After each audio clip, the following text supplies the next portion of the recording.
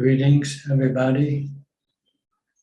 Welcome to another meeting on the practices of the Buddha's teaching.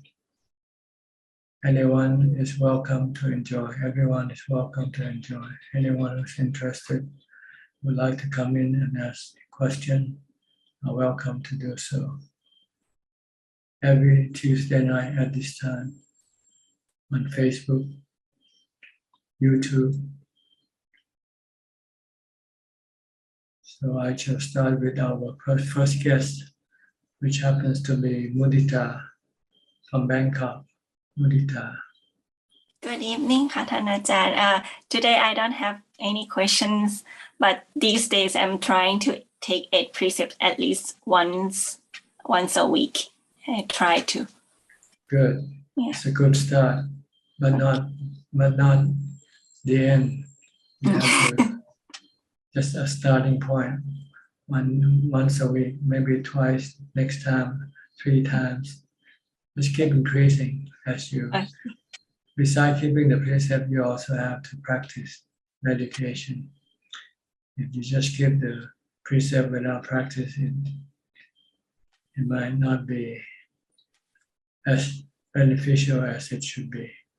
And you might not be able to advance by merely just keeping the precept alone. Okay. Right. I try to listening to Dhamma talk and use the Dhamma talk as my meditating object as well,ท่านอาจารย์, to help me get calm. Yeah, but you have to meditate. Yeah. Yes, after listening to the Dhamma talk. Okay. Okay. Thank you,ท่าน. Felicia Chan from Malaysia. Good evening, Ajahn. My meditation is good. I can directly enter into emptiness. The mind very still and calm, no thought. I feel my body burning and a lot of air come out from my whole body. I merely lowing and stay mindful. I continue to practice like this. Are you happy? Very happy, very calm. Daytime also. Okay, no, you have to be happy. Okay. And don't want to have anything else. Don't need anything. Okay, thank you. Prajan, may I know what should we do if we are in an air crash? Is it accept it, remain calm, and stay mindful, leave the body alone? What else can you do? You just come and meditate. You just meditate or just tell them the body is not you, you are not the body. Okay. Is it by the time? Is it can enter samadhi? If you have wisdom, you don't need to enter samadhi. You can just let go of your body. Okay. Just tell yourself that this body is not you. You are not in the plane with the body. You are watching it from afar. Okay. Like right now, you're watching me from afar, from Malaysia. We are not in the screen. So if the screen should explode, then no problem, right? Okay, thank you. Okay, if something happened to the screen, it's just the screen, not us. We are not really in the screen. It's just our image that is in the screen. Okay. So just know this: whatever happens to the body is not happening to you. You're the master of the body who tells the body what to do. You're not with the body. You're separate. You're in a different dimension. You're in the spiritual world. While the body is in the physical world. All right? Okay. So whatever happens to the body doesn't happen to you. Just like right now, whatever happens to the images on the screen will not happen to you. If somebody paint the screen black, it doesn't black you out. You still exist. You're still there, but not on the screen. That's all. Okay. Okay. Okay. Thank you. Try to practice like this in your daily life. Tell yourself your body and you are not together. Okay. You're living apart, but you can communicate through the power of the mind and can tell the body what to do. But Right. whatever happens to the body doesn't happen to you. Get it? Okay. Understood. Thank you. Aludana satu. Next, Willie from Indonesia. Good evening, Thanachan. Today I don't have any questions. Thank you. Okay, Namo from Bangkok. Namaskar, Prajhan. So first, I thought that I will join the Zoom tomorrow, but I changed my mind to come on both days because I have some questions to ask Prajhan. Go ahead. So the first thing is that after I follow the tips and techniques of meditation that Prajhan gave to me, I think I could know my breath longer than before. And every day when I wake up, I automatically know my breath, like Poto pops up. That's good. It means your mind start to be mindful of your meditation object. Prajhan. And there's one question I want to ask Prajhan. It's about me, and sometimes I'm annoyed by my mom because she complains a lot, and she's I don't know, she sometimes asks me to do things when I don't want to, but I want to be a good son and grateful, but it's hard because sometimes I'm annoyed by her. So is there any techniques for me to help myself to not be annoyed by her? Well, the cause of your annoyance is caused by your desire not to be told what to do. So you have to switch your attitude toward your mother and treat yourself as a servant, and then expect to get order from your mother. So anytime she tells you to do things, you the servant, you must do, or else you get kicked out of the house. Would you rather get kicked out of the house, or would you rather stay in the house? Stay in the house. Okay, then if you want to stay in the house, follow order from your mother. That's right. Whatever she tells you to do, unless if it's against the law or against karma, then you don't do. You don't have to do. If she tells you to go steal something, then you don't have to do that. But if she tells you something which is good for you, then you should be thankful that someone is reminding you what you're supposed to be doing for yourself.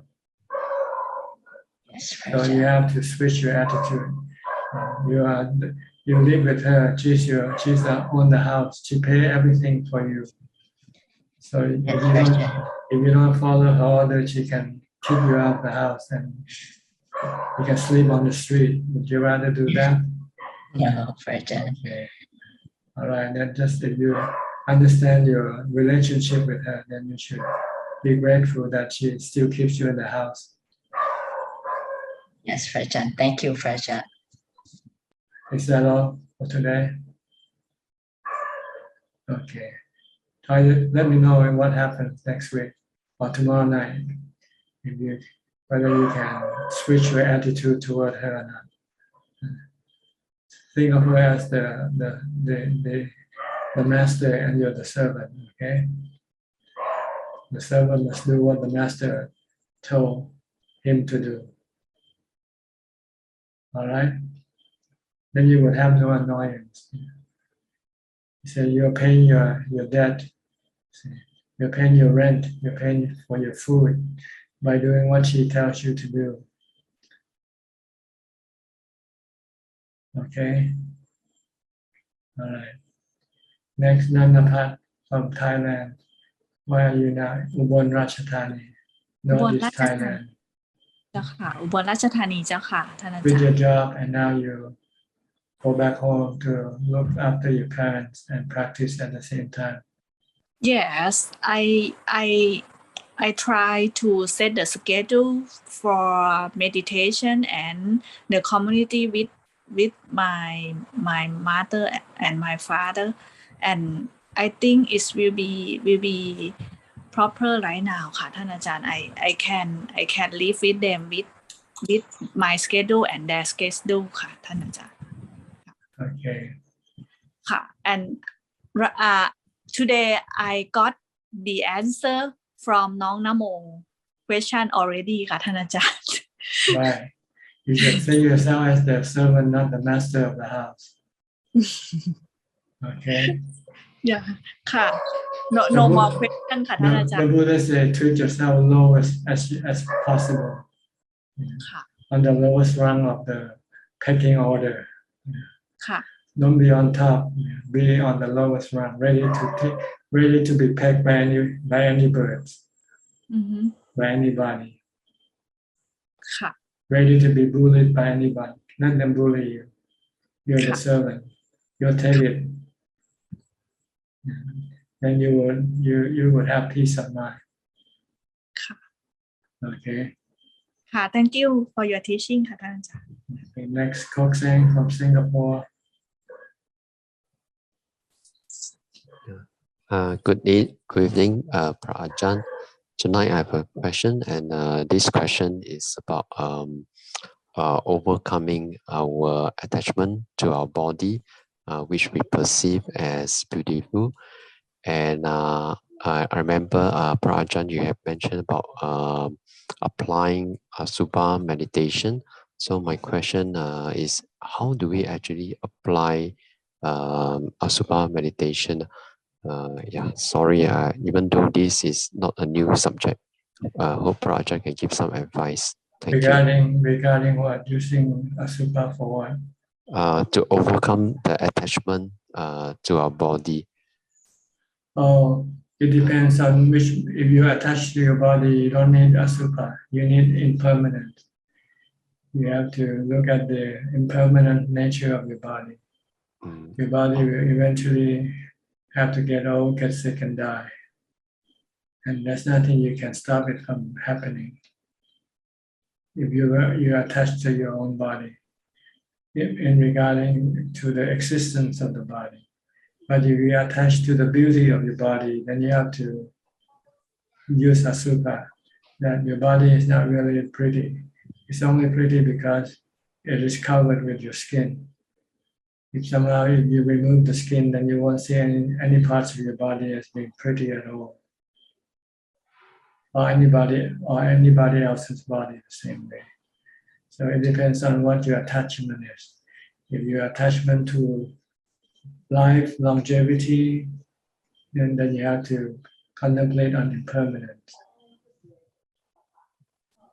If you're attached to the beauty of the body, then you have to look at the 32 parts of the body. Or when the body turns into a corpse. Okay. And if you attach the body thinking that the body is yourself, then you have to use anatta. And the body is just biological door, made from the 4 elements. There's no self in the body. It's like an automobile. No self in an automobile. The driver and the automobile are 2 separate entities. The mind and the body are 2 separate entities. The mind is the driver of the body. The mind doesn't die with the body. The mind doesn't get old, get sick with the body. Okay? So it depends on what type of attachment you have toward your body. And you have to use a different type of perception or wisdom to let go of your attachment. By attachment to other people's body. It depends. If you want other people's body to last forever, then you have to use impermanent. If you think that person is really body, then we use anatta. The body is not anybody. The body is just everybody are made up from the same mold, from the same Elements. building blocks. Yeah, like cakes, and cakes are all made from sugar, flour, and milk. There's no self in those cakes. Nobody resides in the cake. So nobody resides in the body. The body is just only an instrument used by the mind to go after sensual objects for its own pleasure.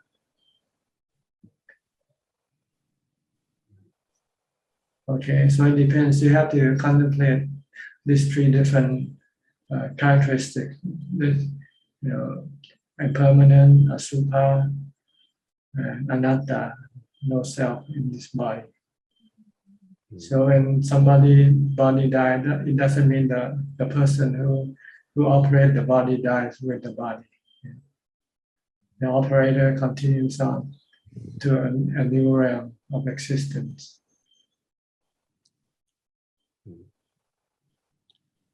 Okay, thank you, Ajahn. Okay, next, Kwan Liman from Indonesia, or Malaysia, I'm sorry. Prajan, I have We have problem with your sound. Kwan, beyond birth today. Thank you, Prajan and go ahead. Prajan. I have problem with the connection. It's good I now. have no question. Okay, Yeah. good. Oh, okay. Your connection I is have no question off and on. today. Okay, Yeah. all right. Prajan, I have no question yet. Thank Okay. you. Thank you. And then we go to Switzerland to where Professor Kenneth is living. Good afternoon, Tanajan. I have a question I would like to ask, or for some advice, because I find quite frequently I am involved in helping students who are in some kind of difficulty, having a difficult time. It happens quite often, and some of the students it can be quite serious, very severe depression or even suicidal from time to time. And so we look to see that they are taken care of for medical reasons and so on. But I quite often find myself talking to the students, listening and trying to give them some advice generally, which I try to do to the best of my ability. But I just wonder if in that sort of situation, Tanajan, you have some advice on how to deal in a good way with people who are in this situation. On helping people mentally, this is a difficult work to get any success quickly. So you just have to be patient and just have to keep on working at it, because mental problem takes time to readjust the mind to the proper position, and it takes a lot of effort also from the person you're trying to help. You can only give instruction as to what they should be doing, but if they're not helping it themselves by following your instruction, then you probably won't be able to help them much. So mental problem is really difficult, but it doesn't mean you cannot help. You have to see the response from the person you try to help, how much he or she is responding to your advice. Yeah, that's my experience. Some people in a critical situation are very difficult to reach, but other people I find can be quite receptive. And there was one experience I had, like about 2 weeks ago. There's a someone I'd been helping for a few months, and he was really very, very bad a few months ago. And a couple of weeks ago, he was telling me about how he can't control his thoughts. So I was trying to explain, like the things we discuss here, like the thoughts are the problem. If you try to not to think so much, he's trying to solve his problem by thinking. And the problem is thinking. So That's right. And then at that point, I suddenly realized I had a copy of your book on my desk. And I mean, normally I don't try and convert people or anything like that, but I felt he was listening and receiving some of the things I was saying. And I gave him a copy of the book. It's the Beyond Birth. I said, try this, have a look at this and see what you think. And in fact, today, just today, he came back and told me he was reading it. And he made an interesting comment. He said parts of the book, it was reminding him of things that he actually already believes and sees as true. And he found it very helpful to hear that sort of teaching. So that seemed to be, a bit of success, actually. Yes, sometimes you just hit the right button, and sometimes it just click right away, but sometimes it just doesn't click at all. Yeah, exactly. Yeah. I have a cousin who through the years been receiving books from me, but he said he hardly read them until eventually he ran into a crisis in which he just don't know what to do.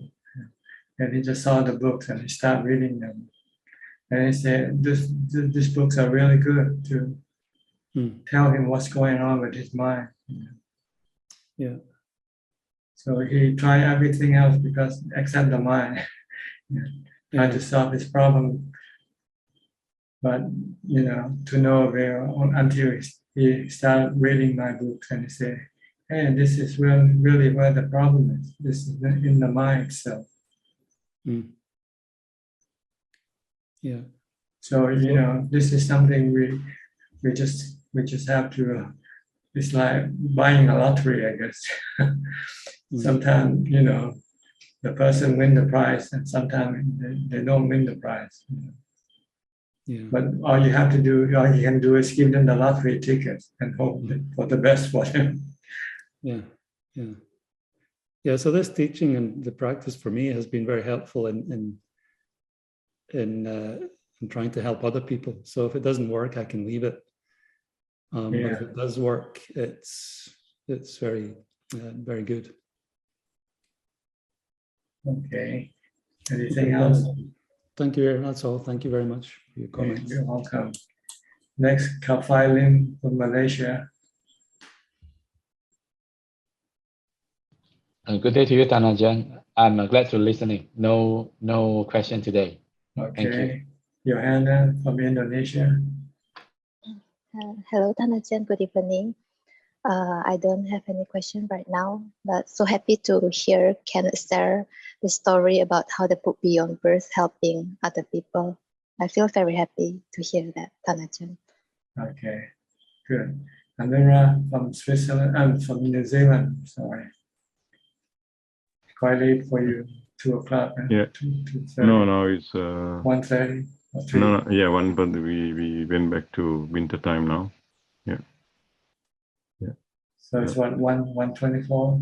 Yeah, 1:24, yeah. Thank you. So I have no questions, Ajahn. Just happy to listen and learn. Yeah. Thank you. You have to get up in the morning to go to work? Yeah. Yes. Yeah. So Right. Hope you get up on time. yeah, it's okay.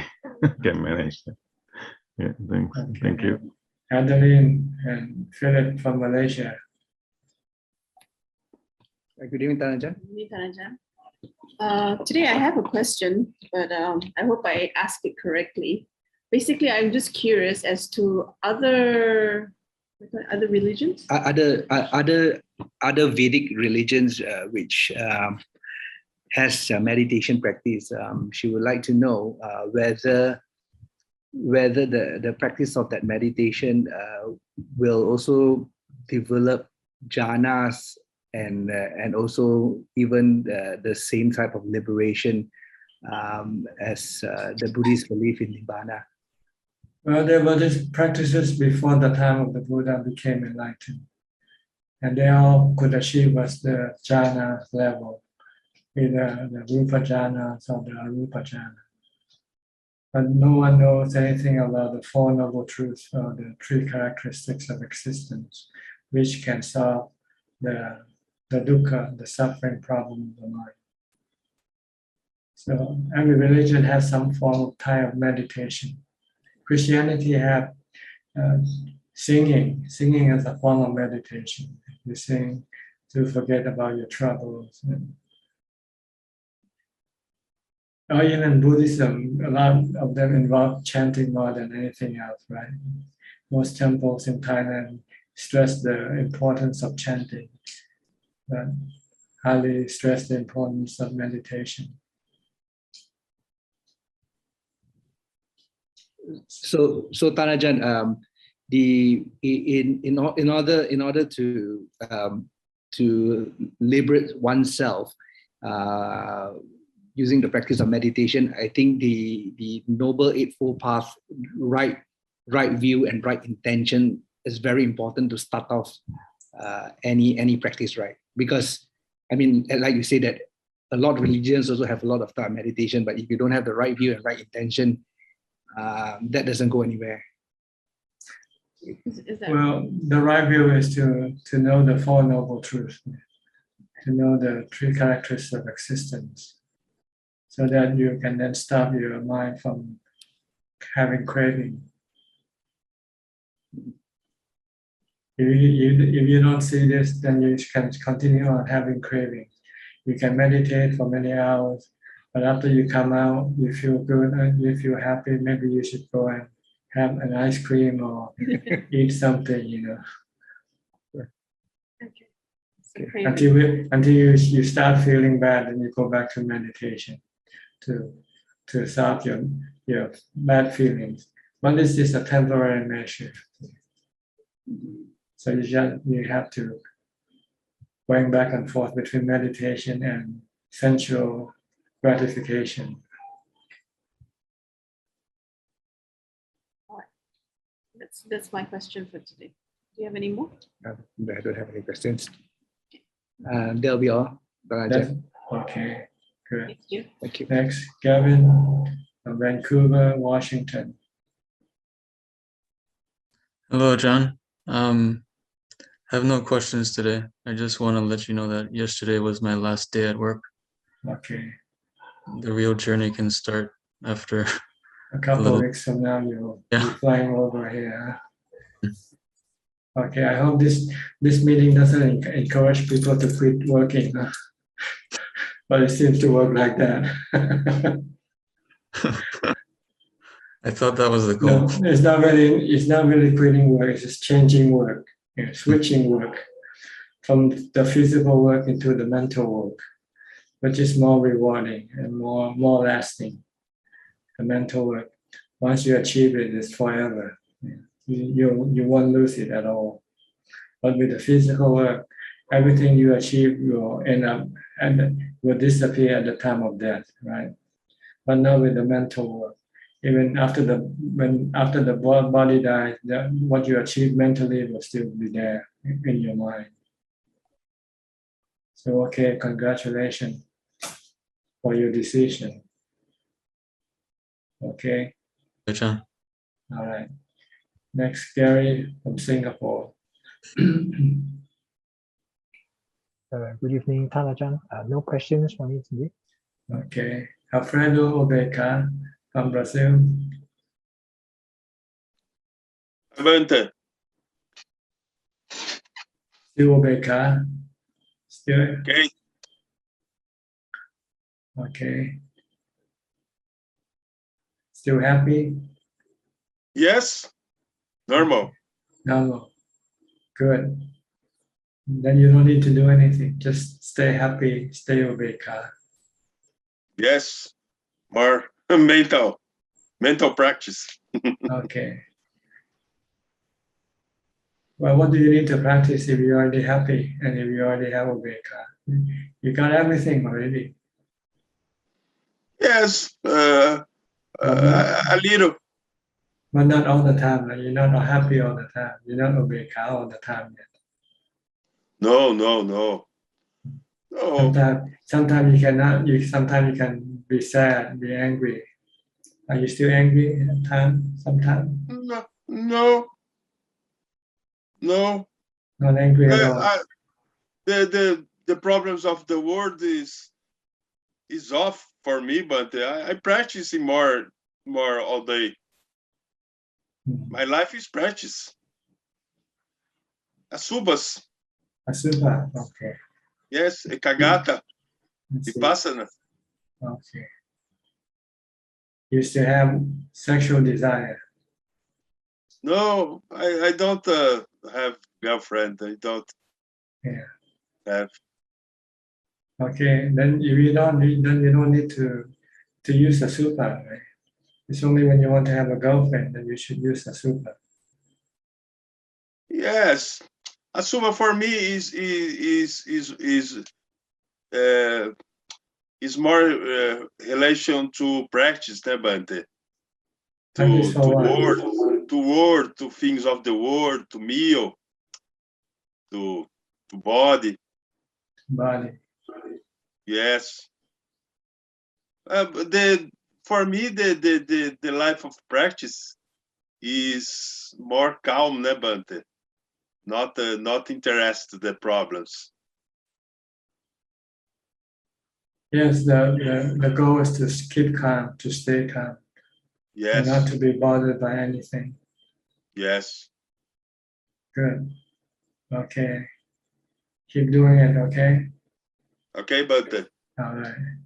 Next, Lillian from Bangkok, Malaysian living in Bangkok. Have you visited Malaysia since the COVID? No, Yeah. I didn't go back for 2 years already. Thinking of going back mid of this year. I see. Okay. Yep. I don't have any questions, but I managed to do a retreat this last week. But although it was an online one, I can really feel that the meditation has improved a lot. So really glad that I could do that and hopefully to improve more in the future. Yes, because once you have retreat, then you are forced to do, you have schedule that you have to do, to stick with, right? You cannot. Yes. If you don't have a retreat, then you can always excuse yourself to do something else. Yes. So now I'm trying to follow a bit close, quite close to the retreat schedule, even though I'm not on retreat, but trying as much as possible as well. That's right. That's the purpose of going to retreat, to learn the schedule. Yep. Once you have the schedule, then you can practice on your own. So. Yep, true. Hope to improve more. Yeah, you should have more retreat. Yes. Self retreat without anybody directing you when to do it. Yep. Hopefully I can get the time to really go off somewhere because online at least is flexible, but just cannot go off totally at the moment. Well, it's really up to you. If you really try, you can. Yep. If you want something bad enough, you will get it, right? Yes, we'll try soon. Thank you for your guidance all the time. Okay, good. Next, Monica from Malaysia.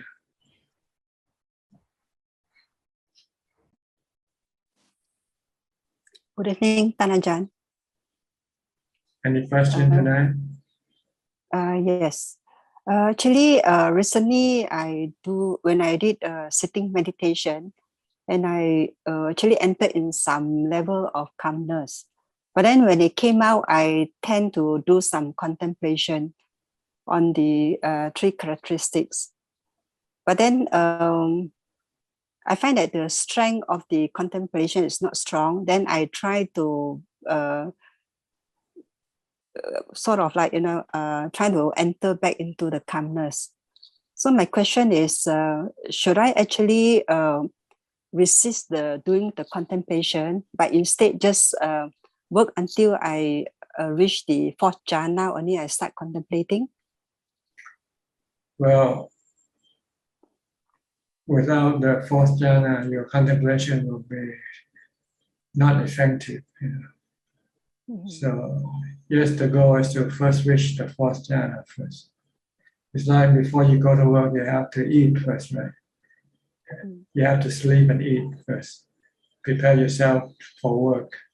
The mind also needs to be prepared to do contemplation properly, effectively, by having jhana as the support. With jhana, the mind will be more neutral, ubekkha, and also will have less distraction from the defilement.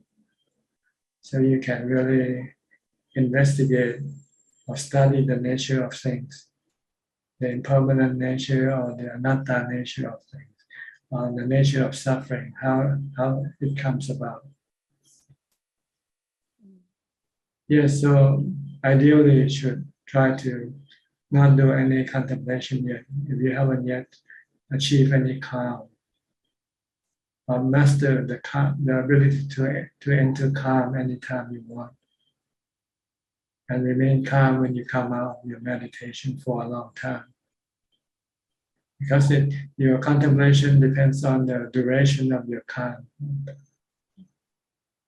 If your mind becomes restless and agitated, then you cannot focus on your subject anymore. Your mind will be distracted by other thoughts. And you will have to stop contemplation and then go back into meditation, back into jhana. So yes, you need jhana as a support, equanimity from jhana. So if you contemplate now without jhana, first of all, you won't be able to contemplate for a long time to the point where you can remember it all the time. Second, to be able to stop your cravings by using your contemplation. But if you think you can do this, if you can come out, contemplate, and then get rid of your defilement, then nobody is there to stop you. The goal is to get rid of your cravings, your greed, hate, and delusion. Okay. All right. I will see. Yeah, because I realized I read your question on this Buddha, and Tan Ajahn mentioned that sometimes you can even dance with the Buddha, and I find that there's a lot of creativity on this. That is quite a nice way. Yeah, if you cannot hold on to the Buddha, then might as well we dance with the Buddha. I hope somebody made a TikTok on Putto, dancing with Putto. Yeah. No, because it's quite a interesting way, because I never thought of that. Sometimes we just cannot hold on. Yeah. Yeah, that is good, because the thoughts can be very sneaky, and sometimes can be very how to say, they are very crafty. They always like to stick in. Your side can be very enticing sometimes. You can't resist. True. You can't resist thinking. It's so enticing. Yeah, and especially the thoughts. Asking the body. Just stop meditating enough already. That is a very strong one. To stop earlier. Even though there's not much pain. Yeah. So how do we overcome this? If let's say the thoughts keep asking, I think you can stop. It's enough. Just use Bhutto. Oh, okay. Just keep reciting Bhutto when you feel you are being enticed by your thoughts. Okay. Yeah. All right. I think this is a very strong one. Because I find that I said, oh, I should have gone a bit more, another 15 minutes, but I came up earlier. That's right. Maybe in the next 15 minutes could be a turning point for your mind. You never know. Yeah, true. Your mind might flip and enter into jhana right away. Yeah. Okay. All right. Thank you, Tan Ajahn, for your advice. All right. You're welcome. Next, Belinda from Singapore.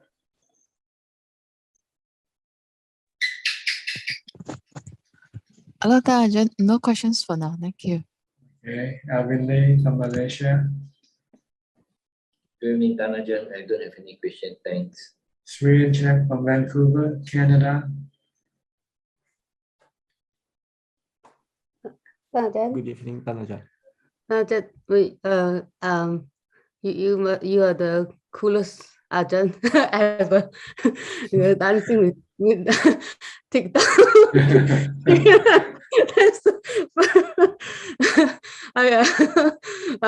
To be frank, I can't believe you said that. Why don't you do one? Why don't you do one? Do a short clip, Bhutto in different position. You might catch on. You might catch on, and people might start meditating not knowing. I think should be Professor Kenneth. He has many students. Ajahn, you're the coolest. Ajahn, I know. Is it still cool? Is it still cool in? No, just lasted for 2 days. It's gone. For 2 days. Yeah. The weather is very erratic, very unpredictable. Yeah.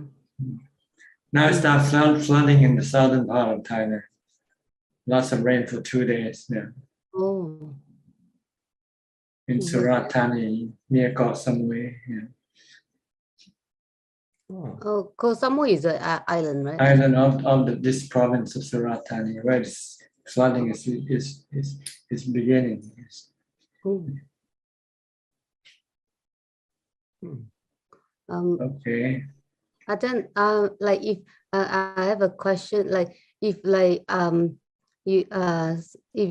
somebody has like some psychic ability like after the meditation, is that part of the byproduct, or is it is it the wrong samadhi? Like do they have wrong samadhi? Like mean that it's not apana, but it's it's called upachara samadhi. Yeah, if you have like psychic, not during meditation, but after. Yes, it can happen anytime, disability. So does that mean that you have upachara samadhi, like wrong one, not the apana one? It's wrong in the sense of it's not supporting your vipassana practice. Oh. But you can use it for some other purpose, like the Buddha, when he used upachara samadhi to connect with the spiritual beings, like his mother, to teach Dhamma. Every night he connect with the spiritual beings and teach the devas, the Dhamma. It's just a special ability of the mind. Can recollect past life, can read the mind of other people. That's why maybe the Buddha is very effective in teaching people, because he can read their mind and know what they are thinking or what they are stuck with. So he can find the right method, the right solution for the problem, for the person. So it's good for teaching others, for using for other purpose, not for for getting rid of your defilement. That's the only thing that you cannot do. Psychic power cannot get rid of your greed. Like Devadatta, he has greed. He wants to be the Buddha's replacement. He wants to be number one in the Sangha. And the Buddha knew that he is just doesn't qualify. So he got angry with the Buddha and tried to kill him for 3 times. He has some psychic power, I think. But his psychic power under the delusion can make him do bad things without knowing it. So you have to be careful if you happen to have this psychic power and yet not have yet reached Nibbana yet. You should suspend this psychic power. Don't use it, because you will end up using by the defilement. Instead of using it to kill the defilement, it will be the instrument of the defilement to kill you. Like what it did to Devadatta. Oh, okay. Had he suspended his psychic power like Mokkhalana? Mokkhalana, when he practiced, he didn't use his psychic power. He concentrated on Appana Samadhi to have Ubekha. And then once he have reached Nibbana, then he used his psychic power to instruct or to convince people, to teach people. It can be a teaching tool to others, but not to yourself. Yourself, you need Ubekha. With Upajjhana Samadhi, you have no Ubekha. So you don't have the strength to resist your cravings, your greed, your hatred, and delusion. So if anybody should have this psychic power, they should suspend it right now. Don't bother with them. Try to get the mind into Appana. Because or else you're wasting your time meditating, because you're meditating and reading the mind of other people. What good does it not do to you? You can read what people is complaining in their mind about the husband or their wife, for instance.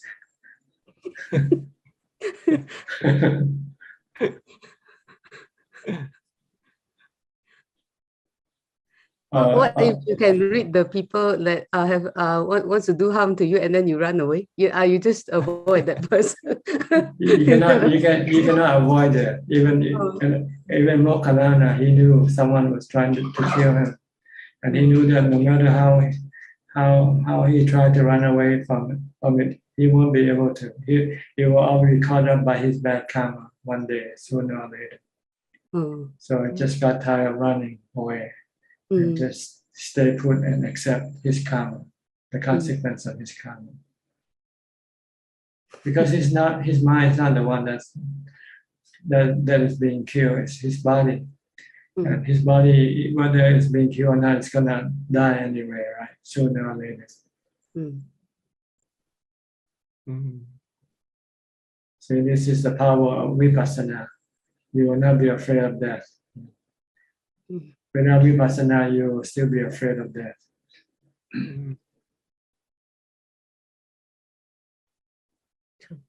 Okay. So you need ubekha, you need fourth jhana, appana samadhi, to support your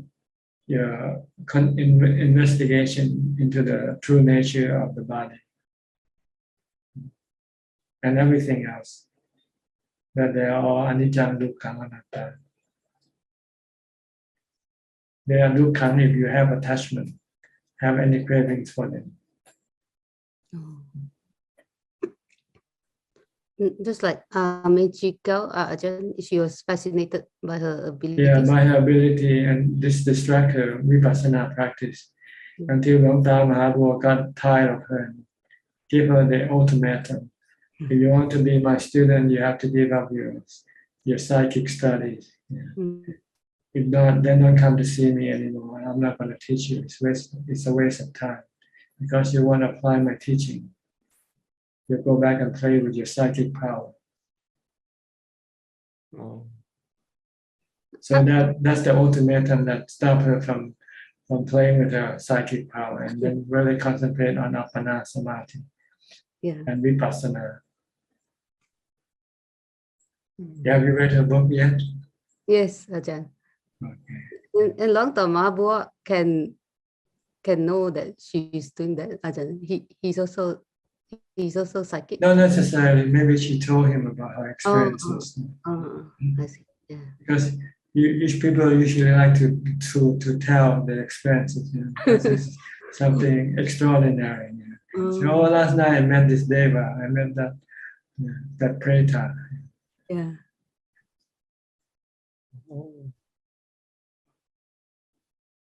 All right. Any question from Sri? Yes, Tan Ajahn, so going back, like Veno Moggallana, like his mind is not affected by whatever happened to his body. right? That means that once you become noble disciple, are enlightened, that is the end of the karma effect on one's mind. That's right, but not on the body. Yeah, not on the body. The body can still be hurt. Okay. And Tan Ajahn, I asked you before Vitaka and Vichara. Can you briefly explain to me again the Ekagata, like one-pointed mind? Is that Appana Samadhi or is not That's yet? Appana Samadhi, knowing, merely knowing. Ekagata means oneness. Yeah. Oneness is the mind, the knower. The thinker stops. So usually duality, the thinker and the knower. And when you stop the thinker, then all you have left is just a knower. Oh, okay. When you stop the vitaka, vichara, then you have just the knower, the ekagata. Oh, okay. That is the that is the Appana Samadhi then. Yeah. Yeah. But this is something that you cannot just pick out and say, okay, I'll stop this, I'll stop this. Or the only thing you need to do is just focus on your meditation object, and everything will fall into place by itself. Yes. Okay. Yeah. Thank you, Tan Ajahn. Thank you, Ajahn. All right. Disaya from Southern Thailand, Narathivat. Is it raining in Narathivat right now? I think it is. Good evening, Tanajan. It's still raining in Narathiwat. It's so heavy. Have any flooding yet? Excuse me, I can't. Have any flooding? Flood? Flood. It's not. Not yet. Huh? My area. Okay. Maybe in the mountain, I think. Lots of water coming down from the mountain now. Yeah. If the next district, Sukirin, is a lot of flooding, and maybe it's happened. Can you hear the news last month about the flooding and the people fell down in the river? In the river. Yes. Okay. So I'll be careful. Thank you so much. And I have one question. And if when I finish samadhi, how to teach my mind? If I don't want to have any sadness about my age, or when I get older, when I have any wrinkle or gray hair, how I deal with this problem? Asupar or impermanent? Impermanent. Everything has to deteriorate and eventually come to a cessation, come to an end. Everything, once it rises, it will cease sooner or later. And no one can prevent or stop it from happening. But it's not happening to you. You are not the body, you have to understand. You are the user of the body. You're the one who tells the body what to do. But you're not the body.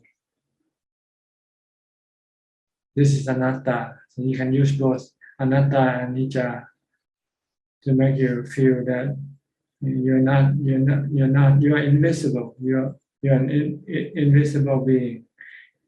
And you use the body in order for you to go about in this earth, on this earth. But this body is like anything else, it's impermanent. Like an automobile, you can buy a brand new automobile, and after 10, 15, 20 years, it broke down, it breaks down. Same way with the body. So you should try to use the body now to the fullest advantage if it's possible, for the fullest benefit of your mind. Don't use it for the body. Don't use it for your defilement. Use it for Dhamma. Okay. Thank you so much, Tanajan. Okay. Next, we have iPhone. I'm not sure where you're from or your name. You just have iPhone. Ajahn, I'm Maureen. Maureen from Singapore. Yeah. Okay. Ajahn, I'd like to know if I observe 8 precepts, do I have to approach a teacher or can I Yes, you can keep the precept by yourself without having anybody to give it to you. do I have to chant the 8 precepts? No, the precept is for you to understand, to know what they are. Do you know what they are? Yeah. Okay, then if you know them, that's all. It's a rule that you have to keep, that's all. Oh, so I can just observe without having to tell That's Buddha right. or anyone. Nobody, tell yourself, that's all you have to do. That Oh, today okay. I'm going to keep the 8 precepts. Okay. Then another thing, Ajahn, I recently my brother has some problems in the family, so he wants me to help out. So I feel that sometimes I cannot. I wanted to like do a precept for a longer time, but I can't. So is this like a form of karma? In which way? In what way? Like some form of hindrance from Mara to prevent me from doing my 8 precept. Oh, this is natural in this world. You cannot always get what you want. Okay. So you just have to be patient. Okay, if you cannot observe it today, maybe wait for tomorrow when you have no obstruction. Okay. Thank Because you, you don't have obstruction every day, right? No. Okay. And sometimes you can also avoid or get rid of the obstruction if you really wanted to. I have to work, so I can't. Okay, that's understandable because the precept is more for people not working or not. Yeah. So you can do it on your day On off. off days. Yeah. Okay. But when you work, you might not be possible to keep all the 8 precepts, but you can keep the 5 or the 7 precept. If you find one of the precepts is not possible to keep, is eating after midday, for instance. Then you can keep the 7 precepts. Oh. Okay. Thank you, Ajahn. Okay. Keep as much as possible, as much as you can. Okay. Because keeping the precept is good because you're restraining your defilement. Yeah.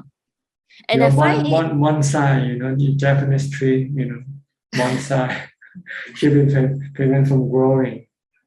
Yeah, but when I have work, I have my worries about the family. It's keeping me from meditation. Is there any advice you can give me?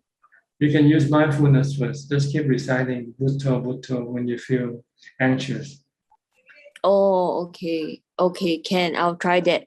Thank you, Ajahn. Okay, you're welcome. Next, be Ravin from Bangkok. Good evening to you, Thanajan. So I have a question regarding meditation in general. So is sometimes when I meditate and I come out, I sometimes have cravings to, go into meditation to achieve calm or jhana again. Is this craving considered good or is considered bad? Good. Any cravings for calm and peace of mind is good craving. Cravings for meditation, cravings for, getting yourself into jhana. This is good craving. All right. And sometimes when I meditate, I experience some pain, whether it's in the legs or in the body. Should I use a mantra to kind of take my mind away from the pain, or should I just keep still and try to fight it as much as possible? It depends on which method you can do with. If you can just fight and then remain calm and not affected by the pain, that's okay also. But if you find that you cannot do that, then maybe just to better pull your mind away from the pain and forget about the pain. Because it's not the pain itself that you want to get rid of. It's the suffering that arises from your attachment to the feeling the cravings to get rid of the pain stuff, which is causing you a suffering or dukkha in your mind, which makes you feel restless and agitated. So maybe you can just use a mantra to pull your mind away from the pain and forget about the pain. Once you don't realize what you're not knowing the pain, you're not knowing anything about the pain, then your desire to get rid of the pain can disappear. Then the restlessness and agitation from this desire will subside, and your mind can remain calm and can coexist with the pain of the body. Because what is not bearable is not the physical pain, but the mental pain, the restlessness and agitation, or the dukkha that arises from your desire to be away from the pain or to get rid of the pain itself. But if you can use vipassana and say pain is natural, pain is part of your life, it's like a shadow that you have to learn to live with, accept it. If you can accept the pain, then you don't need to use mantra and say, okay, leave it alone, let it be there. I treat it like a brother, a friend. Don't treat it like an enemy. Welcome it. If you can do that, then it's okay. You don't have to run away. Say, welcome to my world. My pain is part of my world. Embrace it. Embrace it. Accept it. Our aversion is causing dukkha, not the pain itself. Yes. Because Ajahn, I notice sometimes when I have stronger mindfulness, I am able to ignore it. But when my mindfulness is weaker, the pain will kind of take over. With mindfulness, you have ubekha, you have equanimity. So you don't react to the pain with craving, with desire. So that you have no dukkha. So you cannot coexist with the pain. So if you have dukkha, then it means you're losing ubekha. So you either have to generate ubekha by reciting a mantra to bring back more ubekha, so that you can then embrace the pain again. Not denying the pain, but embracing it, accepting it. That's all.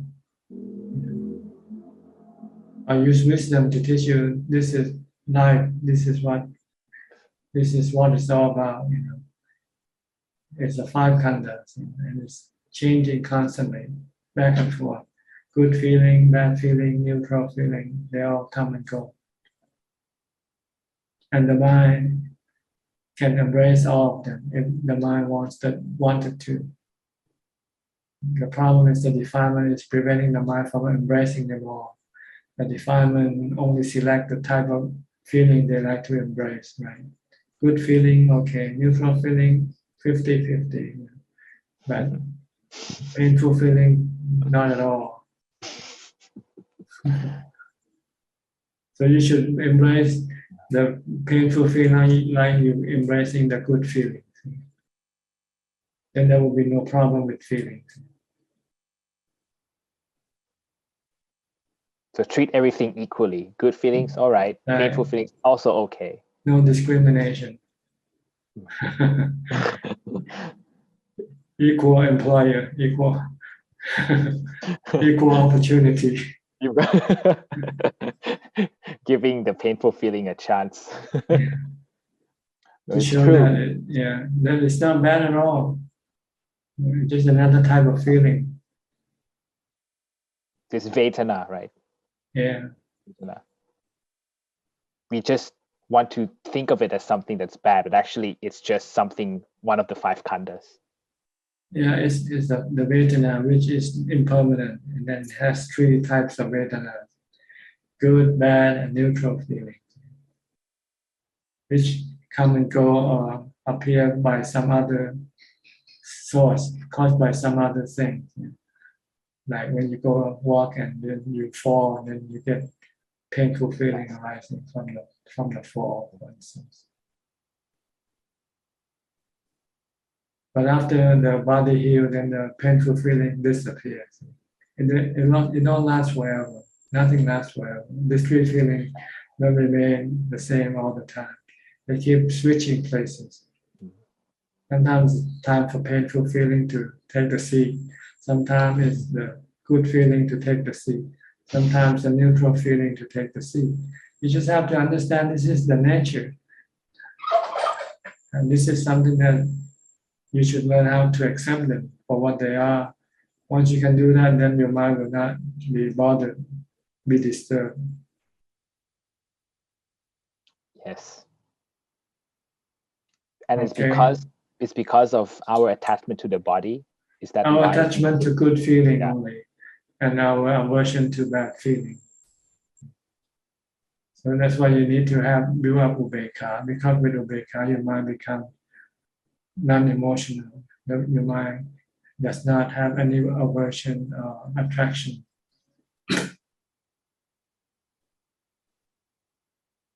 I see. And this can also be extended to contemplation of death, right? Everything licenses come and go. You cannot possess or control anything really. They have their will of their own. Let's put it that way.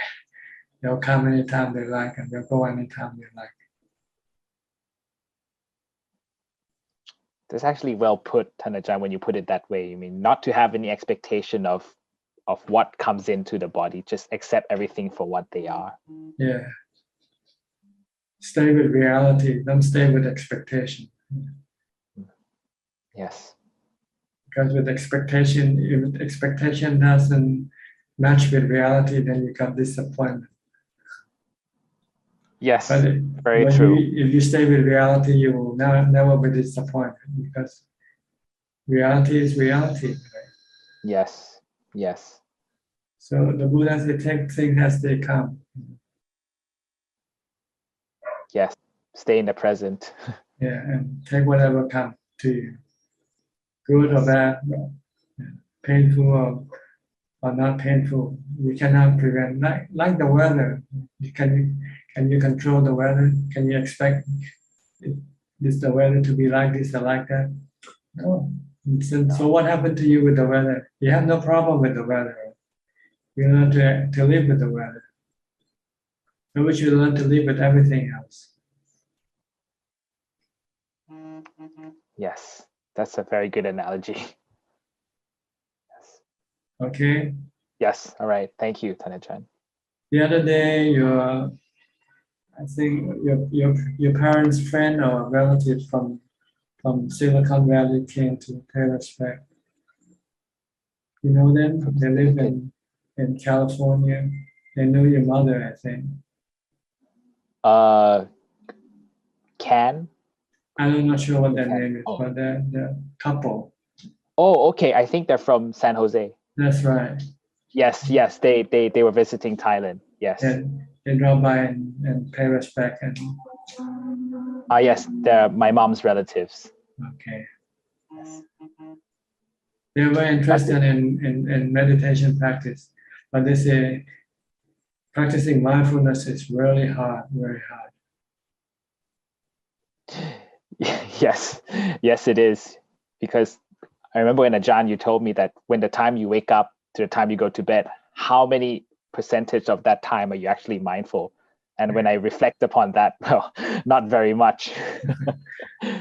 0.1%, maybe 0.1%. That has to improve. But at least I know what I have to do. So Yeah. Thank you so much for your Mindfulness advice. is the first thing that you should be concerned with. Okay. I still think about, yes, your analogy, you know, the do re mi, where when you sing you begin with do re mi, and then for meditation you start with mindfulness. Okay. That's a good one. Okay. Thank you again, Thanajan. All right, you're welcome. Evie from Indonesia. What do you see this time? You seem to be seeing so many things all the time. What good does it do for you, seeing all these things? Ajahn asking me Yes, what I see. yes. You seem to be seeing things when you meditate all the time. Yeah, still seeing like yesterday I see a flower with many color. Yeah, maybe that is nimitta, but the nimitta is a good nimitta for me and enough to make me calm and feel happy. So I'm happy with that. And that is just enough for me. I don't know what the condition is, samadhi or not. But yes, I think that is good enough for me. Okay. And when you don't get to see it, then what happens? Then you feel bad. And today I don't see that flower again. That is yesterday. And today that is different. Yeah, anicca. Everything is anicca. Today experience and tomorrow experience, that is different. Always changing and changing. And today meditation is just a very high pressure in my head. And I want to asking today is how to handle this pressure when the pressure getting higher and higher and all is accumulated from the bottom here. It's because you're not mindful with your meditation object. So you're allowing the mind to create this pressure. It's not I am too focused, too harder. And No, you're not focused at all. Maybe. If you're focused, then there will be no pressure. Your mind will be calm, peaceful. And try to control the focus only in the middle of the nose. At the tip of your nose, where the breath comes in and goes out. Maybe I lost control, so the focus got run to my head, my upper head. Yeah.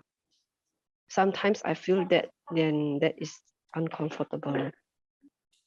And actually, I have a question, Ajahn.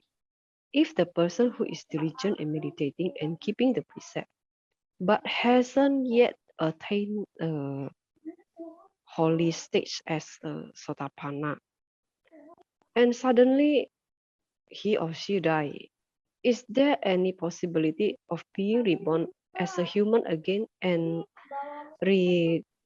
continue with this practice?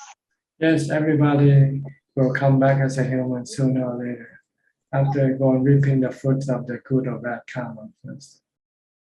Then they'll be reborn as human and restart what they stopped in their past life. And there is a chance to continue the practice like meditation again? That's right. Or continue to steal or to drink or to gamble. It depends what you used to do in your past life. When you come back the next life, you'll come back and continue doing that. Doing what you used to do.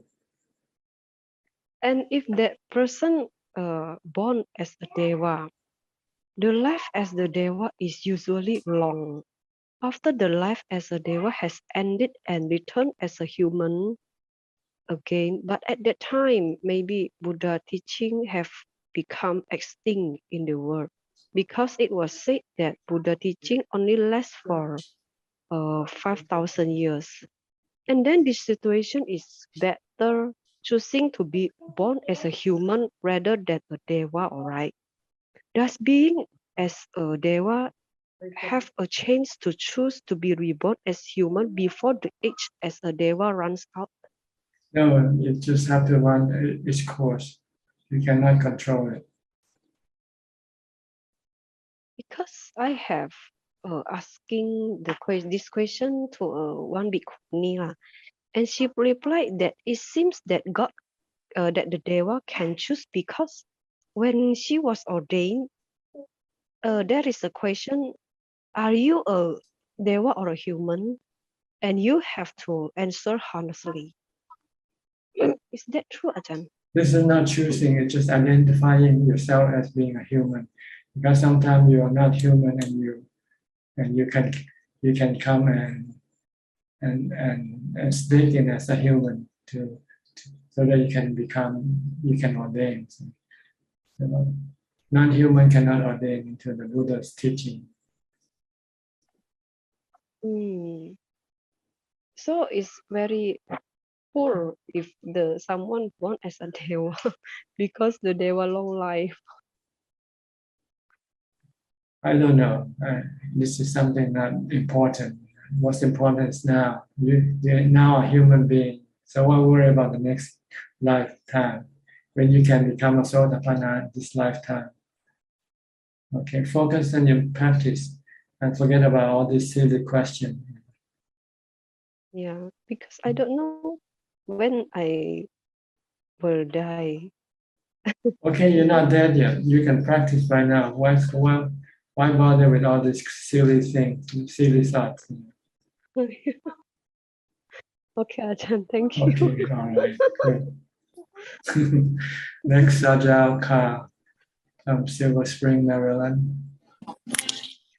I have no question, but I have a comment, and Professor Han's question, Kenneth's question, actually was very relevant for me. The experience that he talked about in terms of the kids having difficulties, and it really strikes home because my daughter, since last year, has been diagnosed bipolar, and anecdotally, totally that when I try to talk to her about mindfulness and give the simile of that, ask her to stop that monkey on that tree and jumping from branch to branch, she gets very annoyed and as if like I'm mocking her. But whether her condition is there or not, but everybody, each one of us is actually afflicted with that problem, right? The mind is like a monkey and it wants one thing another. That's why it's so difficult for any ordinary person, and people with psychological difficulties, it makes it much even worse. But it's a pity that the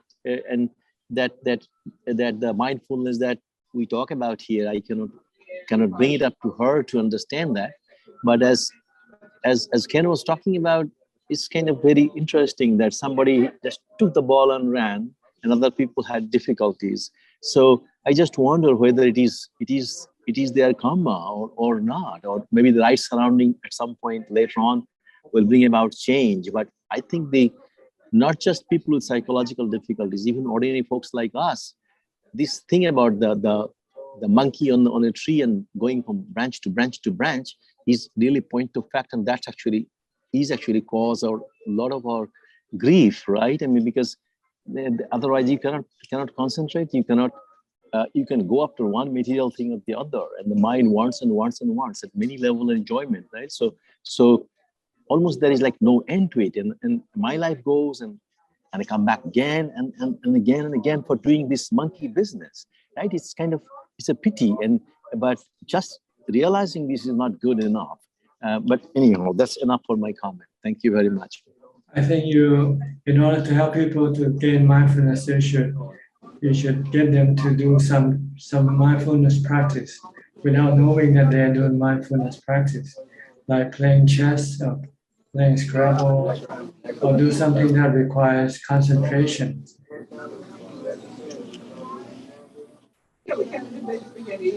Okay. Yeah, I think that's a good advice. I think I'll try that. That is quite doable. Yeah. Yeah, by telling them something that just something like serious is maybe not good for them. It's better to explain the theory of the mind. It's not as good as somehow getting them to do some concentration. Like Ajahn, there's a story of him walking meditation, and then there were some Hill tribe people saw him walking and asked him, Ajahn, what are you looking for? And Ajahn said, I'm looking for Bhutto. And they said, what is Bhutto? How do you find it? Then Ajahn said, just recite Bhutto, and look, and then you'll find Bhutto sooner or later. They want to help Ajahn look for Bhutto. So Ajahn says, yes, you can help me by reciting Bhutto, Bhutto, Bhutto. So he actually teaching them without them knowing it, that they've been taught mindfulness practice. Okay. So get your daughter to do something with you, like playing chess, play Scrabble, or whatever she likes. Do things that needs concentration. Whatever she likes. So Yeah, that thank you, Tanajan. I'll do that. Okay. Next, Sammy. Where are you now, Sammy? In India, or you back home? Yeah, I'm still in India, Tanajan. How are you? Where in India? In Dharamsala. Dharamsala, is that where the Dalai Lama is? Exactly where it is. In the mountains. Just the way I like it. Is he in residence right now? His holy Yes. residence? And a few weeks ago, he gave his first talk after like 2 years of COVID, not giving any teaching. So basically, people were walking on top of each other to go and listen to him. And yeah, we had to push through many lines of people, and we didn't get the chance to see him. Actually, there were so many people. But it was actually broadcast on Facebook also, right? Yeah, it's always broadcast on YouTube, and I don't know if Facebook also, but people like to go for the blessing. They do this thing where they bless the food and the tea, and they offer it to the people. They pass it from one to the other, and they tell you to take it because it's blessed. And You don't know the actual blessing is in his teaching. that is right. But as you know, some people are very religious, or how to say, Ritualistic. Yeah, ritualistic, especially more so in Tibetan Buddhism than any other kind of Buddhism. So most monks even don't meditate and don't know about meditation. So yeah, you'll find a lot of ritualism, so much. Do you have any question you'd like to ask tonight? Yes, please. I wanted to ask how to break the barrier of sukha and piti in order to enter into upekkha. Just keep focusing on your meditation object, and don't pay attention to the piti or sukha that appears. Just leave them alone. Just keep focusing on your meditation object. Yes, but it's hard, like when I'm in the meditation and there's sort of feelings of sukha and piti take over, I immediately get identified with that. It's like I'm not able to break free from that sort of habit of the mind where it just revels in the sukha and the piti and just gets lost in it. Just remind yourself that there's something better waiting for you. The next course is better than this course. If you're eating meals, there's always a better course coming. You have eat a 5-meal course, there's still 2 more courses coming. So not stop eating. Continue on meditating. And so how do we know that we have sort of reached the experience of upekkha? You know, because everything will disappear. All you have left is emptiness and upekkha and bliss. And the breath will also stop? Yes, everything. If you use Bhutto or the breath, they will no longer be there. You abandon everything. You enter into the world of emptiness. And you don't hear anything anymore coming from the ears? It depends on how deep you enter. Sometimes you can still hear things, but you're not bothered by them, distracted by them. Okay, Tanajan. So just keep focusing, continue on meditating like when you first started. Don't stop. No matter what happens, until you enter into emptiness. Then it will stop automatically by itself. And then what are you supposed to do when the breath stops? What do you focus on? Well, just focus on the stopping of the breath. Continue on focusing on the same point without the breath, without the breath.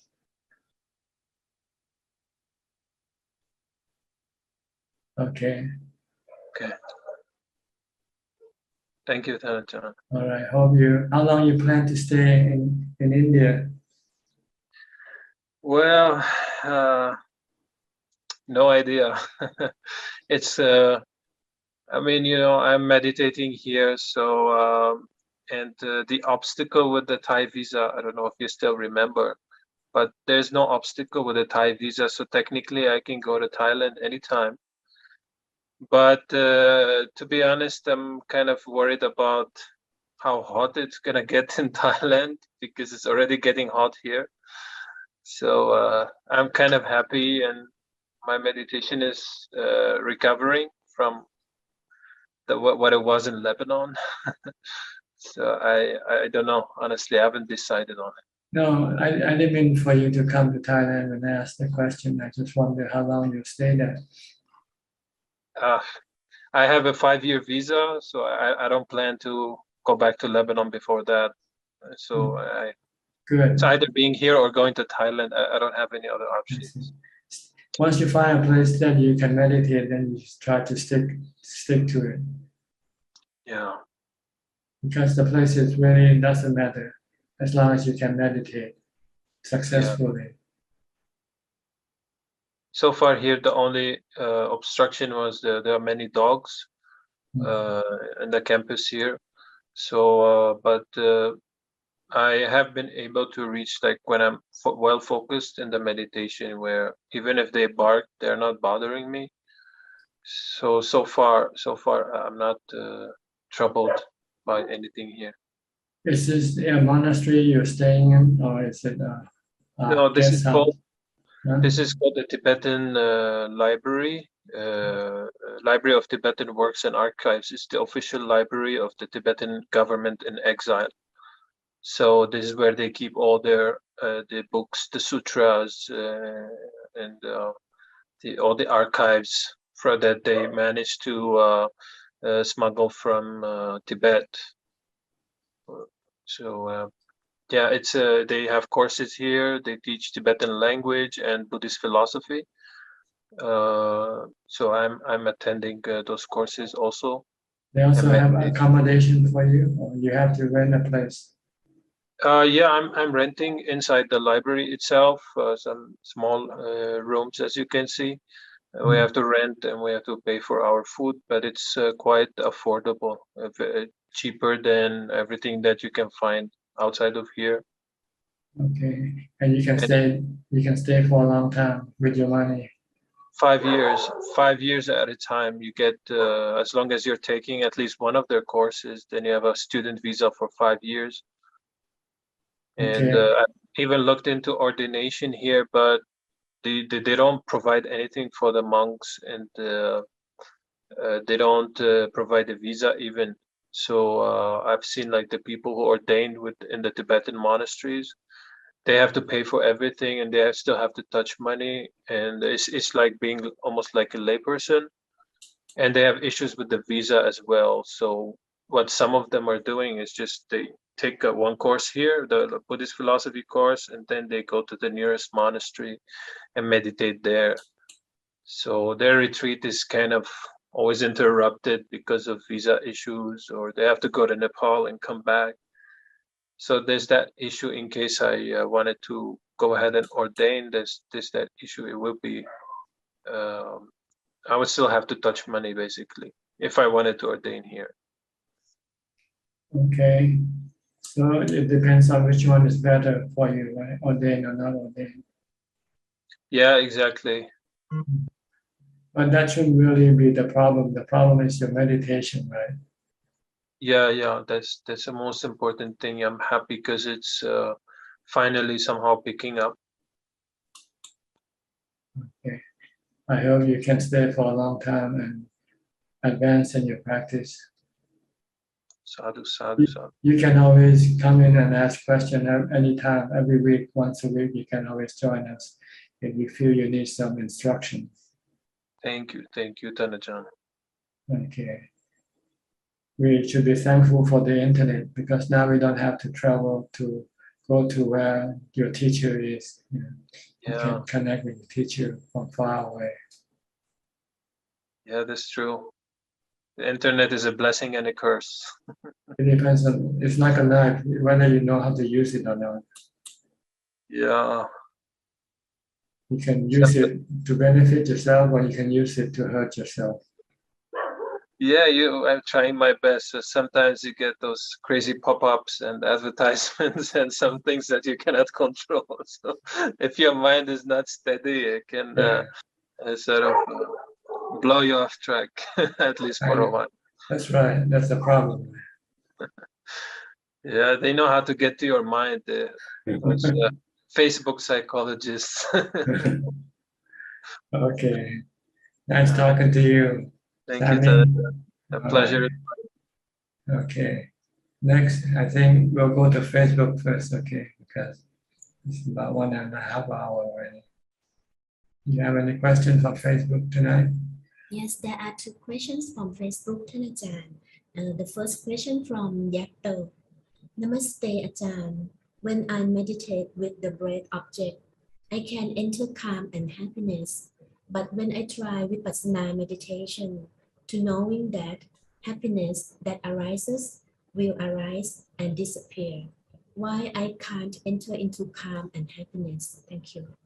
Because Vipassana is not to make you calm. Vipassana is to make you smart, to teach you the true nature of things as being impermanent, as being anatta, so that you will know how to treat them properly, so that you won't get dukkha from them. So it's not for calm, it's for understanding and for letting go. Once you understand and if you can let go, then your mind can become calm permanently. Next Second question, go ahead. Next question from Aini Lam. Hi, Prajahn. After Acharyaman attained the final enlightenment by severing all hidden kilesa, there was an occasion where he was congratulated by Arahant, young and old Buddhas, including the Tathagata. Does this kind of occasion also happen to others once one reaches the point where the citta is fully clean? Thank you. I think this is more individual. So it just happened to him, but I don't think it happens to everybody. Okay, we have Om and Aim just came in. Om and Aim. Good evening. Where have you been? Hello, Prajahn.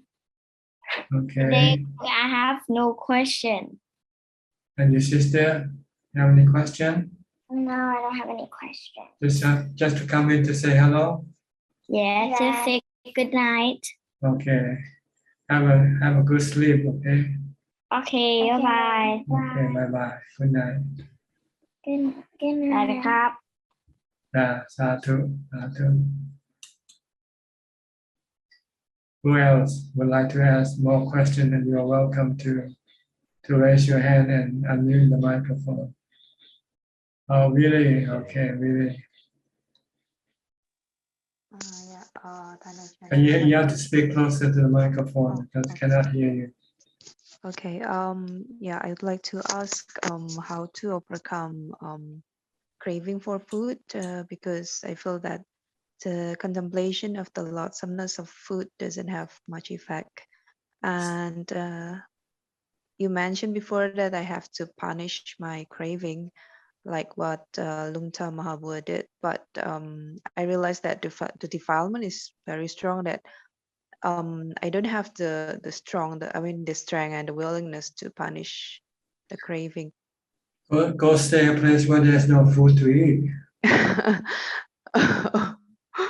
Or stay on an island, stay on a beach somewhere. I tried once, I went and I just took some bananas and oranges with me. Oh, It just okay. exists. I see. So I really need to go to a place that, like maybe the food is very scarce or not That's delicious. right. If you cannot force Ah. yourself, then you need to have the environment to force yourself. I see. Because I stay in the monastery, and I think every time I stay in the monastery, the food is good. So it's really like difficult to like restrain the craving. Although I mean, yeah, it's just difficult. Although when the mindfulness is stronger, then I can restrain myself not to take what I don't need. But when it is weak, then it is, yeah, I just feel that it's difficult. Okay, so I just need to go to a place where the food is not Scarce. good, right? It's You're not scarce. good or scarce. Okay. So that's the only option, right? Because it's difficult. If you cannot contemplate on the loathsome nature of food, if you cannot keep the precepts, then what can you do? You have to be. Okay. I can keep the precepts. I mean, I also eat once a day, during my retreat. And you find that it's still too much for you, eating too much for you. I still have problems with the portion because I tried to reduce the portion before, but when I'm too hungry, then I become very weak and sleepy. So How about spitting the food first, spitting with your saliva, or ask somebody to spit on your food first? spitting the food.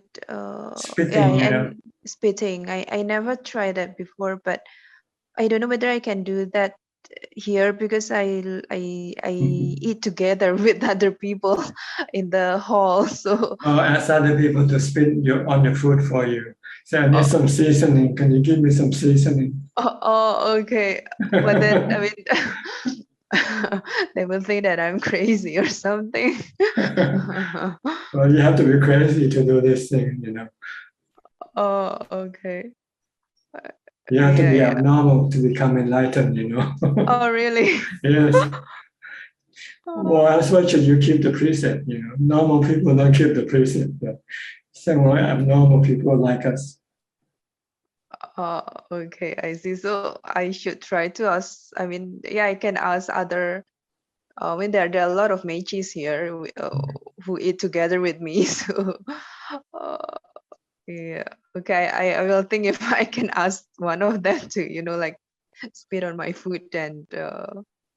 But you have to be sure that they don't have any COVID, okay? You don't want to get the COVID. That's I don't know, and I mean, and I'm also afraid that if they think that I'm weird, and they might. This is a joke more than anything else, so don't take it too seriously. I see. I'm taking it seriously. I mean, I'm thinking. Well, it can be serious also, but you have to know how to make sure that people know that you're serious. You're not crazy. Okay. So if I think that, yeah, they will think that I'm crazy or something, or okay. I'm trying to mix all the food together before you eat. I have usually I do that before, but it doesn't have much effect. I mean, I think I still. How many times you did it? Why don't you do it every time now? Okay. I did it in the last retreat, like I think Every day, every meal. Months. Yeah. I think every meals. And it doesn't stop your cravings for food. Yes. It doesn't. Initially, it might reduce, but after sometimes it get used to it, and sometimes also after I mix the food, the taste is also still good. I feel. But what about, have you ever observed your excrement? They are also food. Yes, I have Take observed. a look at contemplate on the excrement. Look at the excrement.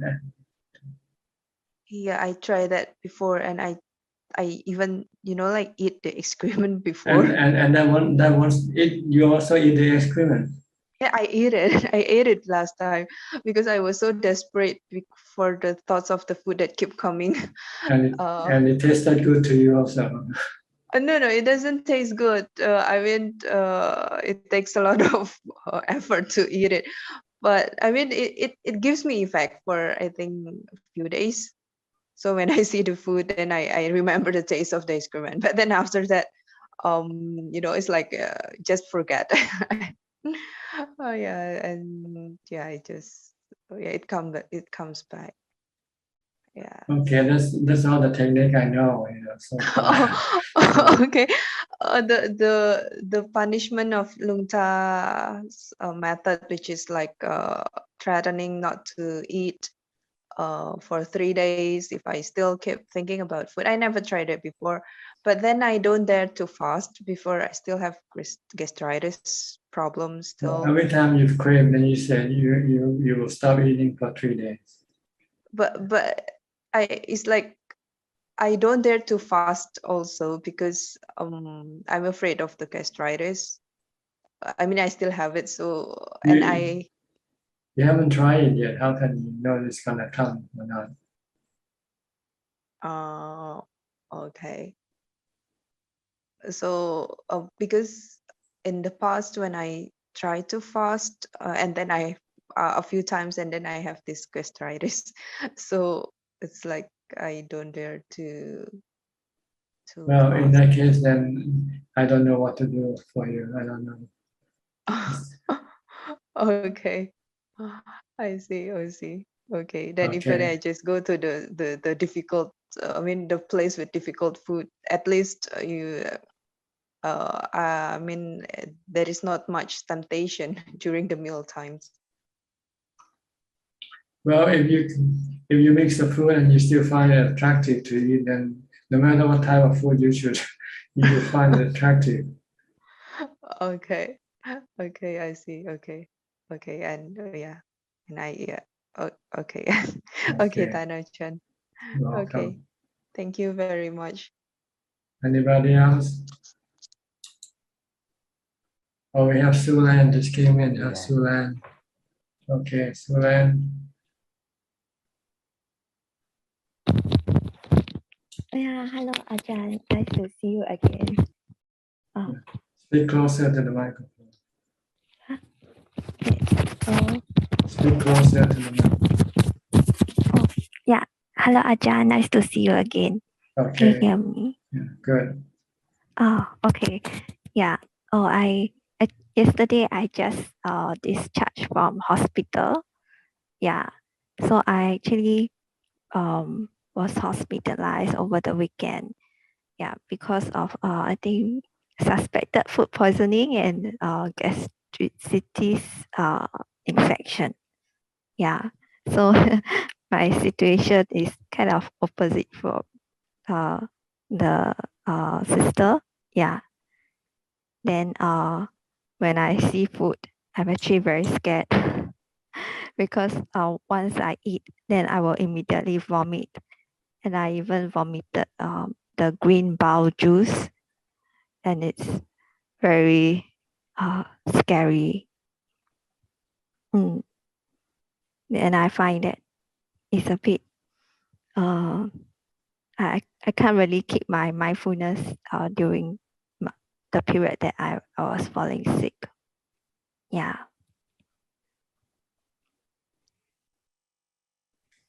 So, you have any question?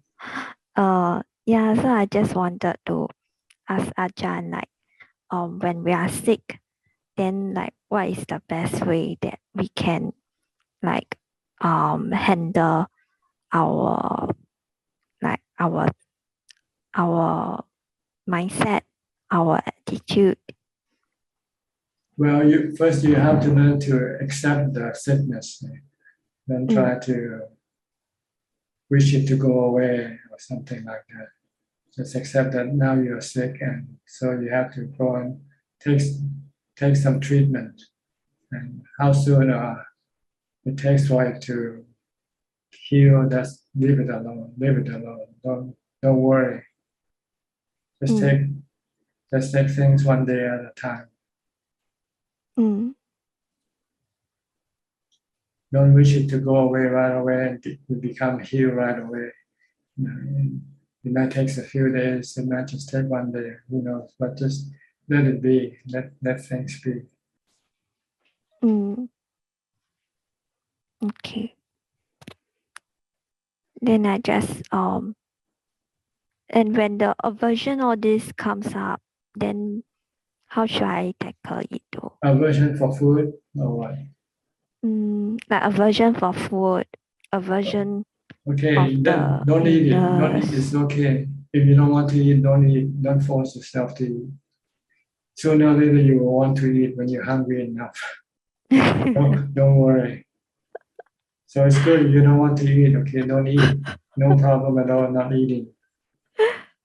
Okay. Yeah. And then when the needles were poking me, I also felt a lot of aversion. You just tell yourself this is the way to get well. So if you want to get well, then you have to pay. No pain, no gain. Tell yourself that. Okay. Yeah. Yeah. Even like swallow the medicine. I feel like every time when I swallow, it's like going to choke like that. It's like a lot of aversion when I. But you have to convince yourself that it's good for you. It's good for your sickness. Yeah. Okay. I just have to convince myself, right? Yeah. Okay. All right. Is that all? Yeah, that's all. I just a lot of aversion that I don't really know how to handle it. It just I kind of go along with my aversion. Okay. Just leave the sickness alone. Let it heal. It takes time. Okay. Don't rush. Yeah. Just stay calm. Embrace it. Yeah. Enjoy it. Let's put it that way. You can enjoy your sickness for a change. But how to enjoy the sickness when it's like tormenting the body though? What's tormenting is not the sickness, it's your aversion towards sickness. If you embrace something, then you don't get tormented. You get happy when you want something, and when you get it, you embrace it, then you feel happy, right? So you're not happy because you're trying to deny. You want to push it away. So don't push it away. Don't deny. Try to accept it. Accept it. This is Christmas gift or something that you've been waiting for. Okay. Yeah. Because it's quite unexpected also. It is not something I'm waiting for. I know. Sometimes Christmas come in April, you know. Yeah. Okay. Okay. The point is not trying to deny or try to push it away. This will cause you a lot of stress in your mind. If you just accept it, then if your mind don't want to accept, then keep reciting Bhutto, Bhutto, Bhutto. It will soften the resistance to the sickness. Okay. Yeah. Thank you, Ajahn. I think this is very helpful. Okay, try it. Okay, see how it works. Okay, I'll try it. Next, anybody? What else? Anybody else? Okay, Sajal. That I'm kind of bringing up this logic and or argument that the ghost realm must exist. Otherwise, how can you be born into the ghost realm? For example, hungry ghost, right? So that means, and as I read the sutras, it's like abundant about the hungry ghost and how they have like a snout like these things. And that's why the offerings they cannot eat much. So can you say something about that? Because because there is in English also there is the saying like, oh, you acted like as if you just saw a ghost, right? So that means if there are spiritual beings in a lower level of existence, they will need to exist. We may not be able to see them because we are not at that plane. But is that a valid way of looking at it? Some people with psychic power can see them, can meet them. Without psychic power, you won't be able to see them. So we can only just believe those who saw them and say, like the Thank you, Buddha. Tanajan. If we don't see them, then don't worry about it. It's good not to see them, really. That is not important, whether you see them or not. What we want to see is the Four Noble Truths more than anything else, really. Okay. See that your stress is arise from your craving, from your desire. And your stress disappear because of you stop, eliminate your stress, and you eliminate your cravings or your desire. That's all you want to see, really. That's what really counts as far as the mind is concerned. Everything else you see doesn't make any difference much to the mind. The mind will still remain the same, still under stress. But seeing the Four Noble Truths will completely eliminate all the stress from the mind. Because you know where the source of stress comes from, and you know how to get rid of the source. So it's better to see the Four Noble Truths than see anything As else. Sami, as Sami is visiting in India, and he was talking about how the people are actually paying a lot of these things, and they are trying to actually get the like a punya or something like that. But all they are actually craving for is to be born in like heavenly realm or something. What in India and people are not told, even when you're young, that Buddhism is the only religion, how it singularly points out that you may go to those realms, no problem, but you'll have to come down from there depending on your karma. So that's not a permanent thing, and there is no liberation going from one heavenly realm to another. It could be one realm to another, but I think that's all you accomplish. You don't get the freedom. I think this is the, as I learned from your teaching also, that is the singular thing about what Buddha gave, and nobody else before that was able to give it and come up with that, discover that really, right? So that's right. The Buddha found the path to liberation. Nobody else saw this path. Because nobody see the three characteristics of existence. Okay. Thank you, Dhamma. All right. Evie, you have another question, Evie? Yeah, I just remember Ajahn. That my grandfather, I dream about my grandfather who is passed away maybe 20 years ago. He came and said to me that we will be reborn as human and the dream is over. And what should I do for him, Ajahn? He didn't ask for anything, then you don't need to do anything for him. If he asked for, he just said that maybe we will. Maybe he's from a Deva realm, so he doesn't need any merit from you. And he just said we will be reborn as human. And if he is really reborn as human, and do we need to pray again every year in future? Like this month, spirit month? It's up to you. Maybe sometimes you don't do it for the dead, you do it for the living. You do it for the brothers and sisters who once a year might come together and meet each other. It's like a reunion, reunion of the family. I think this year I don't have a dream like usually a ghost and ghost. Does this mean that my mind has started to clear up? I don't know. Because every year I was dreaming this ghost, that ghost. There is so many ghosts in my dream every this spirit month. But this year, no, just my grandfather. Maybe not yet the time for you to dream. Maybe it's later on, maybe a few days from now, you might start dreaming. Just wait and see, okay? It doesn't matter whether you dream or not anyway. It don't make much difference to your mind. And why sometimes when I sleep, I don't sleep, like I'm falling on the bottomless place, and I know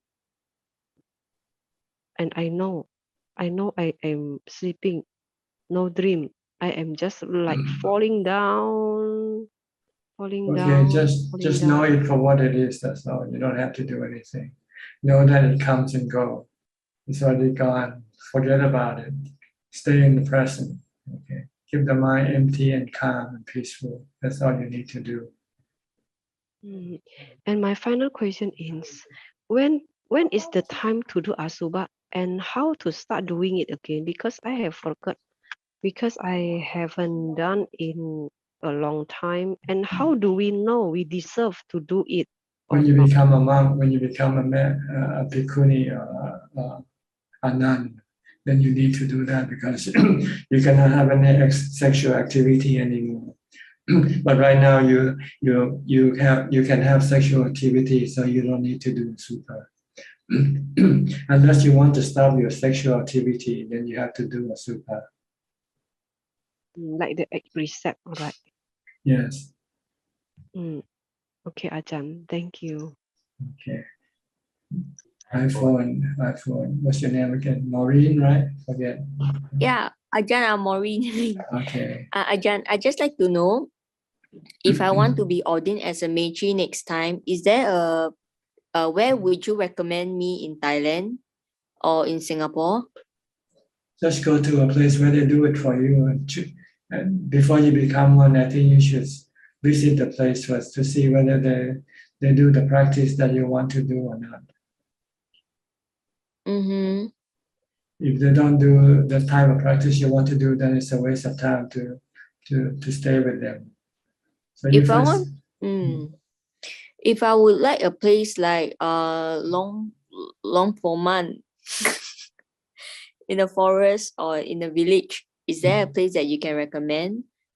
Well, you can go to various Ajahns in the northeastern part of Thailand, in which they will take in women for maybe not ordination, but as an aid preceptor, which is similar. And so, like we have one of our participants, Dong Nguyen Dong, I think she attended one of the teacher in the northeastern part of Thailand, Ajahn Nipon. If you So like, I have to speak Thai also. Well, sometimes there might be some other Thai who can help translate, but most of the teachers don't speak English. So okay, can. Thank you. Okay. Thank you, Ajahn. All right. More questions from Facebook. More questions from Facebook. Okay. Some more questions from Pauline Soon. Can Ajahn explain regarding form is empty? Empty is form. Thank you. Empty means empty of any identification. The body has no identification in itself. It is us who give them the identification, the label. That's what the Buddha means. And the tree don't tell itself that I'm a tree, right? We give it the concept of a tree. The body, it doesn't tell us what the body is. We give the label to this body as being John, as being James, as being Sally, or as being Judy. These are all labels. But the truth, everything has no label, has no name. Okay, that's what he means by empty. No self. We have another participant who just came in, Mine or Mindy Chu, I think. Mindy, where are you from? Can you unmute? Can you hear me? Yes, where are you from? Bangkok, Thailand. From Bangkok, okay. Do you have any question? Today I have no question. Okay, how do you get to know this room? It's up here on YouTube. On YouTube. Yeah. I see. Okay. Okay. We're running out of time already. We only got 1 minute left. So I think maybe it's about time for us to close this meeting, unless somebody has an urgent question to ask. If not, we'll consider this meeting closed for now, and we'll start again next week at the same time. Thank you for your participation. I hope this meeting will help you and advance you in your practice. In the meantime, please stay safe, stay mindful, and keep on practicing. And if all goes well, I'll see you again at the same time next week. Thank you and goodbye. สาธุเจ้าค่ะ Amrutana Bhajan, Sadhu Sadhu. Thank you. Thank you everyone. Thank you. Good night, everyone. Thank you, Ajahn. Very much. Bye. Good night, Kun Boy. Thank you. Bye bye